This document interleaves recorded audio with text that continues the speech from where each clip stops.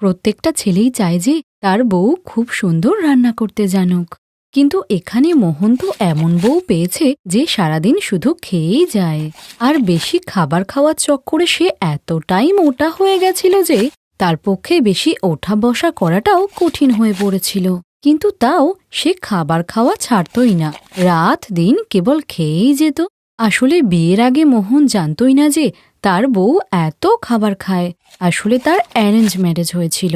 বিয়ের আগে মোহন শেফালির সঙ্গে একবারও দেখা করেনি। তার একজন আত্মীয়র কথাতে সে বিয়েতে রাজি হয়ে যায়। আর মোহন ছোট্ট একটা ধাবা চালাতো, যেটা শুনে শেফালিও বিয়ে করতে রাজি হয়ে যায়। আর ফুলশয্যার রাতে শেফালিকে কাঁদতে দেখে মোহন বলে, কি হয়েছে শেফালি? কেঁদো না। তোমার কি বাড়ির কথা মনে পড়ছে? দেখো, প্রত্যেকটা মেয়েকেই তো কখনো না কখনো তার শ্বশুরবাড়িতে আসতে হয়, তাই না? শেফালি বলল, আমি আমি ওই জন্য কাঁদছি না। তবে তুমি কেন কাঁদছো? আমার খুব খিদে পেয়েছে। আমি পুরো 1 ঘন্টা আগে মিষ্টি খেয়েছিলাম, তারপর আর কিচ্ছু খাইনি। কিন্তু 1 ঘন্টায় তোমার খিদে কি করে পেয়ে গেল? আমার 5 মিনিট পর পরই খিদে পায়, আর তুমি 1 ঘন্টার কথা বলছো। আমাকে খাবার এনে দাও। ঠিক আছে, আমি খাবার নিয়ে আসছি। এরপর মোহন শেফালিকে বাটার নান আর ছোলে বাটুরে একটা প্লেটে করে এনে দেয়। আরে বাহ, এটা তো আমি খুব ভালোবাসি। এই বলে শেফালি 1 মিনিটেই 10টা বাটার নান খেয়ে ফেলে বলে, নান আরও নিয়ে এসো। এরপর মোহন আরও 10টা বাটার নান নিয়ে আসে, কিন্তু শেফালি সেটাও 1 মিনিটে খেয়ে ফেলে। আরও আনো। কিন্তু বাটার নান তো শেষ। তাহলে অনেকটা ভাত আর মাটন নিয়ে এসো। মোহন দৌড়িয়ে খাবার আনছিল আর শেফালি খেতেই থাকছিল। আরও নিয়ে এসো। আরে, সব খাবার তো শেষ হয়ে গেছে শেফালি। আমি কিচ্ছু জানি না, আমার জন্য খাবার এনে দাও, আমাকে ম্যাগি বানিয়ে দাও। এত খাওয়ার পরেও শেফালির খিদেই কমে না। এরপর মোহন একসঙ্গে 10 প্যাকেট ম্যাগি বানিয়ে দিলে শেফালি সেটা খাওয়ার পর বলে, হ্যাঁ, এইবার ঠিক আছি আমি, চলো শুয়ে পড়ো এখন। এই বলে তারা দুজনেই ঘুমিয়ে পড়ে। আর কিছুক্ষণ পর শেফালি ঘুমাতে ঘুমাতে বিষাক্ত পাদ ছেড়েই যাচ্ছিল। আরে, এটা কি হলো? আমি কাকে বিয়ে করে ফেললাম? এর থেকে তো ভালো ছিল আমি সারা জীবন একা থাকতাম। কিন্তু খাল কেটে কুমির এনে কেঁদে আর লাভটা কি? এটা তো শুরু ছিল। পরের দিন ঘুম থেকে উঠে বাড়িতে থাকা কাঁচা সবজি সব শেফালি খেয়ে ফেলে। আর মোহন উঠে দেখে রান্নাঘরে খাওয়ার মতো কিছুই নেই। আরে, এটা কি? এখানে তো কিছুই নেই। তো আমি কি করব? আমার খিদে পেয়েছিল তাই খেয়ে নিয়েছি। এবার দুপুরবেলা খিদে পেলে আমি কি খাবো বলো তো? ঠিক আছে, দুপুরে না হয় আমি ধাবা থেকে তোমার জন্য খাবার পাঠিয়ে দেবো। এরপর মোহন খাবার না খেয়ে ধাবাতে চলে গেলেও শেফালির কিছু যাই আসে না। সে তো তার খাবার কথাই ভেবে চলেছিল। দুপুরবেলাতে মোহন ধাবার থেকে 2 প্লেট বিরিয়ানি পাঠায়, কিন্তু তা খেয়েও শেফালির পেটই ভরে না। তাই সন্ধ্যাবেলাতে মোহন বাড়ি ফিরলে শেফালি খুব কাঁদতে কাঁদতে বলে, আরে, কি ব্যাপার? কাঁদছো কেন এখনো? খাবার তো আমি পাঠিয়ে দিয়েছি তোমায়। মাত্র 2 প্লেট বিরিয়ানিতে আমার খিদে মেটে না, অন্তত 20 প্লেট লাগবে। তুমি তো জানো আমি এমনই খাই। 20 প্লেট? শেফালি, তুমি তো জানোই আমি খুব গরিব। ধাবা থেকে খুব একটা টাকাও আসে না আমার। এমনটা করলে কি চলবে? আর তাছাড়া এরকম ভাবে খেতে থাকলে তোমার যে নানান রোগ হতে পারে। কি? তুমি আমার মোটা হওয়া আর খাওয়ার খোঁটা দিচ্ছ? আমি থাকবো না এখানে, আমি আজই চলে যাব। এই শুনে তো মোহন বিপদে পড়ে যায়, কারণ বিয়ের পরের দিনই যদি বউ বাপের বাড়ি চলে যায় তবে লোকে কি বলবে। এটা ভেবে মোহন বলে, কেঁদো না শেফালি। আচ্ছা, আমার অনেক বড় ভুল হয়ে গেছে। আমাকে ছেড়ে যেও না। আমি চলে যাব। আমাকে যখন খাওয়াতে পারবে না তখন বিয়ে করেছো কেন? মোহন মনে মনে বলে, আমি কি সত্যিই জানতাম তুমি একটা রাক্ষসী? আমি কি সত্যিই জানতাম যে তুমি রাক্ষসের মতো ননস্টপ খেয়ে যাও? কিন্তু মোহন শেফালিকে মনের কথা বলতে না পেরে সে বলল, ঠিক আছে শেফালি, আমার অনেক বড় ভুল হয়ে গেছে। এখন থেকে তুমি যত খুশি তত খেও, লক্ষ্মীটি। আমি কিচ্ছু বলবো না। তাহলে আমি তোমার সঙ্গে রোজ ধাবাতে যাব, রোজ। ঠিক আছে, ওটাই হবে। পরের দিন শেফালি মোহনের সঙ্গে ধাবাতে গিয়ে শুধু খেতেই থাকে আর বলে, আমার জন্য তন্দুরি রুটি আর বাটার চিকেন আনো। আরে নিয়ে এসো ভাই, তাড়াতাড়ি নিয়ে এসো। সেই সঙ্গে তন্দুরি চিকেন আর ভালো করে পেঁয়াজ কেটে নিয়ে আসো। শেফালি খেতে থাকে আর মোহনের কর্মচারী খাবার তৈরি করতে থাকে, আর এদিকে গ্রাহকেরা ধাবাতে খাবার না পেয়ে বাড়ি চলে যায়। বলছিলাম দাদা, একটু ওই রুমালি রুটি আর ডাল তড়কাটা নিয়ে আসবেন। রুমালি রুটি তো আছে দাদা, কিন্তু তড়কা হবে না। তাহলে চিকেন ভর্তা নিয়ে আসুন। না, ওটাও নেই। পনির হবে? ওটাও শেষ হয়ে গেছে সাহেব। আরে ভাই, তাহলে তোমার ধাবায় আছেটা কি? আচ্ছা, তবে শুকনো রুমালি রুটি নিয়ে এসো। তখন মোহনের কর্মচারী চিৎকার করে বলে, এই রুমালি রুটি এখন শেষ হয়ে গেছে, আর বানানোর জন্য ময়দা টয়দাও নেই। আরে ভাই, এই ধাবাতে আসাটাই আমার ভুল হয়েছে, আর কখনো আসবো না। কাস্টমার পালাতে থাকে আর শেফালি খেতে থাকে, যা দেখে মোহন তার বুকে হাত দিয়ে বলে, হে ভগবান, এরকমই যদি চলতে থাকে তাহলে তো আমার ধাবা লাটে উঠবে। জানি না বিয়েটা কেন করলাম। বিকালবেলায় সব খাবার শেষ করে শেফালি ঘুমানোর জন্য বাড়ি চলে যায়, আর মন খারাপ করে মোহনকে ধাবাতে বসে থাকতে দেখে তার কর্মচারী বলে, কি ভাবছেন সাহেব? তুই কি বিয়ে করেছিস? না সাহেব। কখনো করবি না, আর যদি করতেও হয় ওই মেয়েটার সম্পর্কে সবকিছু জেনে তারপরে বিয়ে করবি, বুঝলি? নয়তো কিন্তু হারিকাটে গলা যাবে। আমার তো গেছেই, তোর গলাটা বাঁচিয়ে নিস।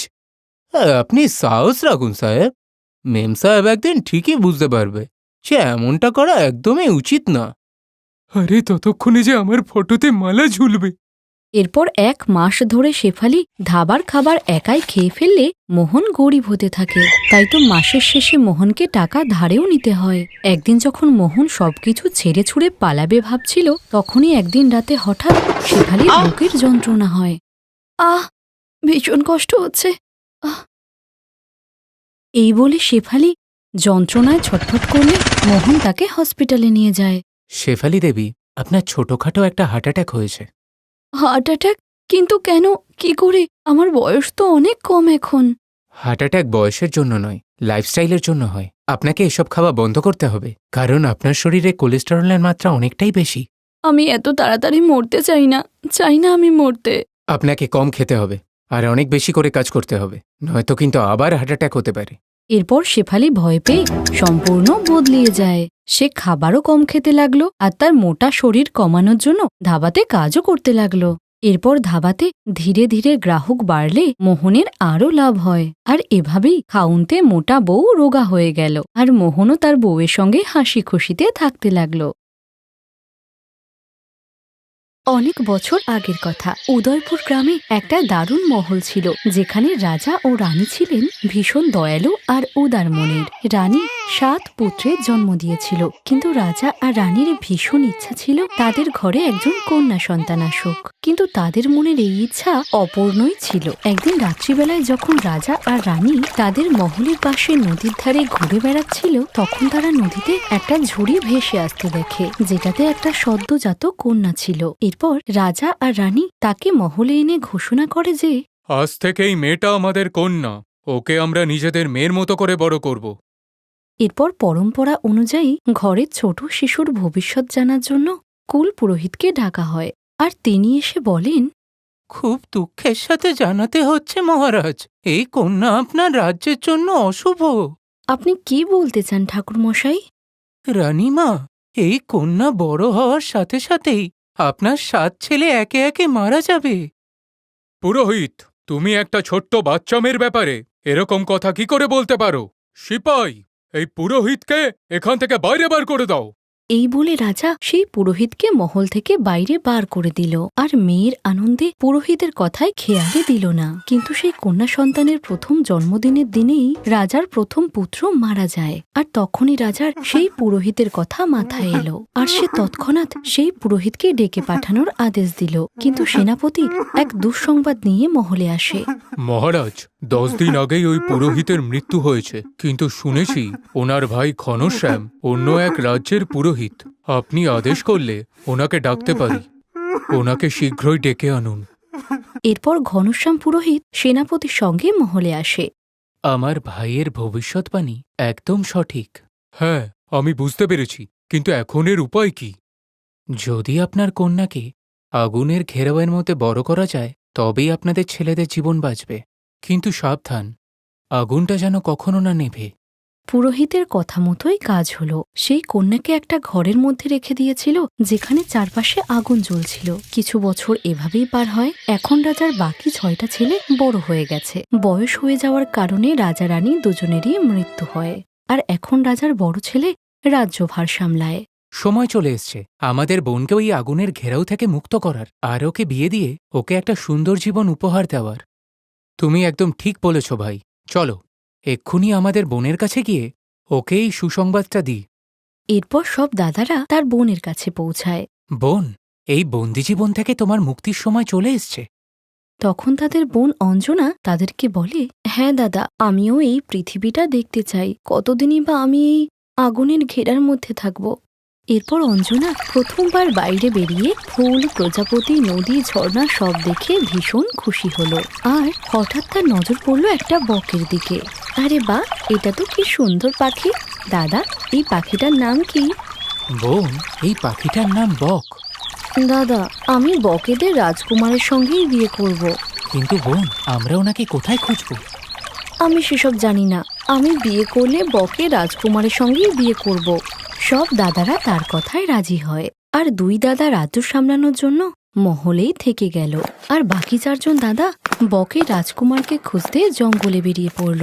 কিন্তু অনেকদিন খোঁজাখুঁজির পরেও রাজকুমারের সন্ধান না পেয়ে এক দাদা বলল, ভাই, আমরা চারদিকটা ঘুরে ঘুরে দেখলাম, কিন্তু রাজকুমারকে কোথাও খুঁজে পেলাম না। এখন তো আমাদের খাবারও শেষ হয়ে আসছে। ভাই চলো, এখন আমরা মহলে ফিরে যাই, নয়তো খিদের জ্বালায় আমরাই মরে যাব। তাই চলো। না না, আমাদের অঞ্জনার ইচ্ছেকে পূরণ করতেই হবে। তাই যতক্ষণ না রাজকুমারকে খুঁজে পাচ্ছি, আমাদের খুঁজে যেতেই হবে। আর তখনই সেখান দিয়ে হেঁটে যাওয়া এক সন্ন্যাসীকে দেখতে পেয়ে দাদারা জিজ্ঞাসা করল, প্রণাম সাধু বাবা, আপনি কি বকেদের রাজার ঠিকানাটা জানেন? হ্যাঁ, এখান থেকে তুমি উত্তর দিকে যাও। প্রায় 10 কিলোমিটার চলার পর তুমি পাহাড়ের চূড়ায় একটি মহল দেখতে পাবে।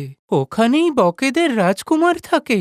এরপর সব দাদারা উত্তর দিকে হাঁটতে লাগলো। আর 10 কিলোমিটার হাঁটার পরে তারা এমন একটা জায়গায় পৌঁছালো, যেখানে সাদা মহল, সাদা ঘর, সাদা মিষ্টি, এমনকি সবার পোশাকও সাদা রঙেরই ছিল। এরপর 4জন দাদা মহলের ভিতরে গিয়ে বকেদের রাজকুমারের সঙ্গে দেখা করে তাদের সমস্যার কথা জানালো। রাজকুমার, আপনি দয়া করে আমাদের বোনকে বিয়ে করুন। ও জেদ ধরে বসেছে যে ও শুধু বকেদের রাজকুমারকেই বিয়ে করবে, নয়তো সারা জীবন কুমারী থাকবে। আমি তোমাদের ভাইদের কষ্টটা বুঝতে পারছি, কিন্তু আমি কোনো মেয়েকেই বিয়ে করতে পারবো না, কারণ আমরা বকেরা খুবই বুদ্ধিমান হই। আর আমি যে বকেদের রাজকুমার, তাই আমারও বুদ্ধিমান হওয়াটা খুবই স্বাভাবিক। তাই আমি আমার রাজমহলের জন্য একজন বুদ্ধিমতী রানীর খোঁজে আছি। তাই যদি তোমার বোন চায় আমাকে বিয়ে করতে, তাহলে আগে ওকে প্রমাণ করতে হবে যে ও একজন বুদ্ধিমতী। ঠিক আছে, আমরা না হয় আজকেই আমাদের বোনকে ডাকছি, তখন না হয় আপনি নিজেই যাচাই করে নেবেন। এই বলে দাদারা একটা চিঠি লিখে সেনাপতি বকের কাছে পাঠালো। আর সেনাপতি বক তার মুখে করে সেই চিঠিটা নিয়ে গিয়ে মহলে পৌঁছালো। আর অঞ্জনা চিঠি পড়ার পর খুব খুশি হয়। আর পরের দিন সকালবেলাতেই মহলে যাওয়ার প্রস্তুতি শুরু করে তার বড় দাদাকে বলে, দাদা, আমার একটা ঘোড়া, 2জন দাসী আর কিছু সৈনিক দরকার। আমি কাল সকালেই বকের রাজকুমারের কাছে যাব। ঠিক আছে, ব্যবস্থা হয়ে যাবে। পরের দিন সকালবেলাতেই অঞ্জনা সৈনিক আর দাসীদের সঙ্গে বেরিয়ে পড়ল। অনেকটা পথ চলার পর বিশ্রাম নেওয়ার জন্য একটা গাছের তলায় বসলে কিছুক্ষণ পর সে ঘুমিয়ে পড়ে। তখনই সেখানে দাঁড়িয়ে থাকা রাজকুমারীর 2 দাসী, মা ও মেয়ে, কথা বলতে শুরু করলো। কত ভালোটাই না হবে যদি এই অপায়া মেয়েটার জায়গায় আমার মেয়েটার বিয়ে রাজকুমারের সঙ্গে হয়, তবে আমার মেয়ে রাজকুমারই হবে। তখনই তার মাথায় একটা কুবুদ্ধি এলো। আর সৈনিকদের লোভ দেখিয়ে সে বলল, আমি চাই যে ওই রাজকুমারের সঙ্গে আমার মেয়ে দিব্যার বিয়ে হোক। আর ও একবার ওখানে রানী হয়ে গেলে তোমাদের তো সৌভাগ্যই সৌভাগ্য। আমি ওর রাজকুমারের সঙ্গে কথা বলে তোমাদেরকে 2 কিলো করে সোনা উপহার দেব। কিন্তু তার আগে তোমাদেরকে ওই রাক্ষসী অঞ্জনাকে পাহাড় থেকে ফেলে দিতে হবে। এটাই সুযোগ। ও এখন ঘুমাচ্ছে। আর লোভে পড়ে সৈনিকরা এমনটাই করলো। তারা ঘুমিয়ে থাকা রাজকুমারীকে ধরে পাহাড়ের নিচে ফেলে দিল। আর দিব্যা দাসীকে রাজকুমারীর কাপড় আর গয়না পরিয়ে বকেদের মহলে নিয়ে গেল। আমি 7 ভাইয়ের একমাত্র বোন রাজকুমার, আমি আপনার সঙ্গে বিয়ে করতে চাই। ঠিক আছে, কিন্তু তার আগে তোমাকে আমার কিছু ধাঁধার উত্তর দিতে হবে। ওই 3টে সংখ্যা কি কি যাদের যোগ করলে বা গুণ করলে ফলাফল একই হয়? অনেকক্ষণ ভাবার পরেও দাসী কোনো উত্তর না দেওয়ায় বকেদের রাজকুমার রেগে গিয়ে বলে, তোমার ভাইয়েরা তো তোমার খুবই প্রশংসা করছিল, কিন্তু তুমি যে এই সহজ প্রশ্নের উত্তরটাও দিতে পারলে না। সিপাইগণ, তাড়াতাড়ি ওর ভাইদেরকে আমার সামনে উপস্থিত হওয়ার আদেশ দাও। কিছুক্ষণ পর সেই 4 দাদা সেখানে পৌঁছালো। তোমরা না বলেছিলে তোমাদের বোন বুদ্ধিমতী, কিন্তু ও তো একটা সাধারণ প্রশ্নের উত্তরই দিতে পারল না। কিন্তু এ যে আমাদের বোন নয়। আচ্ছা, প্রাণের ভয়ে আবার মিথ্যে? সিপাহীরা, এদের কারাগারে বন্দী করো, এদের মৃত্যুদণ্ড দেয়া হবে। তখনই সেখানে অঞ্জনা এসে বলে, দাঁড়ান বকেদের রাজকুমার, এই দাদাদের আসল বোন আমি। ঠিক আছে, তাহলে তুমি এই ধাঁধার উত্তর দিয়ে প্রমাণ করো যে ওই বুদ্ধিমতী মেয়েটি তুমি। ওই 3টে সংখ্যা কি কি যাদের যোগ করলে আর গুণ করলে ফলাফল একই হয়? 1, 2 আর 3। বাহ, খুব ভালো। কিন্তু তুমি যদি রাজকুমারী অঞ্জনা হও, তাহলে ওই মেয়েটিকে? ও আমার দাসীর মেয়ে। ওরা সবাই ষড়যন্ত্র করে আমাকে পাহাড় থেকে নিচে ফেলে দিয়েছে। শুধু ভগবানের ধন্যবাদ যে আমি একটা গাছের ডালে আটকে যাই আর একজন কাঠুরি আমাকে বাঁচিয়ে নেয়। বকেদের রাজকুমার সেই দাসী মা, মেয়ে ও সৈন্যদেরকে তার কারাগারে বন্দি করে রাখে আর রাজকুমারী অঞ্জনার সঙ্গে ধুমধাম করে বিয়ে করে নেয়। Best buddies. হ্যালো ফ্রেন্ডস, এই ভিডিওটা দেখার জন্য ধন্যবাদ। যদি এই ভিডিওটা তোমাদের ভালো লেগে থাকে তাহলে প্লিজ লাইক, সাবস্ক্রাইব আর কমেন্ট অবশ্যই করবে এই ভিডিওতে। আর হ্যাঁ, শেয়ার করতে ভুলো না কিন্তু। আরো অনেক মজাদার ভিডিও দেখার জন্য নিচে দেওয়া এই বেল আইকনটাকে প্রেস করো। দেখতে থাকো বেস্ট বাডিজ।